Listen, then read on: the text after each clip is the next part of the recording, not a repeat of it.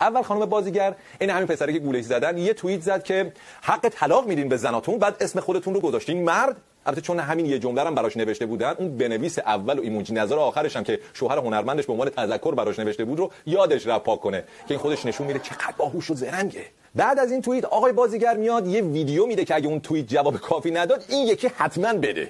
خیلی از من سوال میشه که حق طلاق چجوریه و اینا. این ایده خیلی درستیه که حق طلاق با مرد باشه.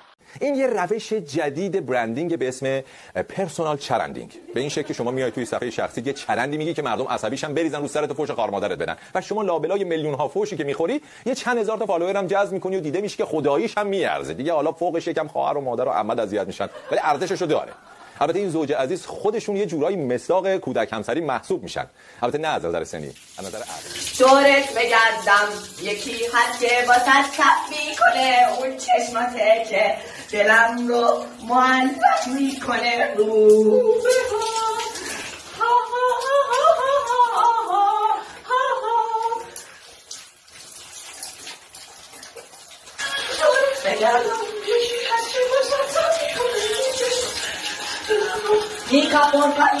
نیکا فرقانی عشق منه، نیکا ناله منه.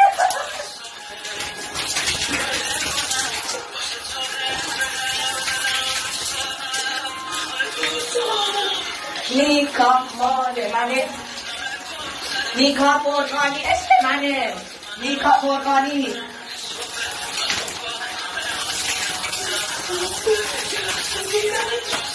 نیکا فرقانی عشق منه.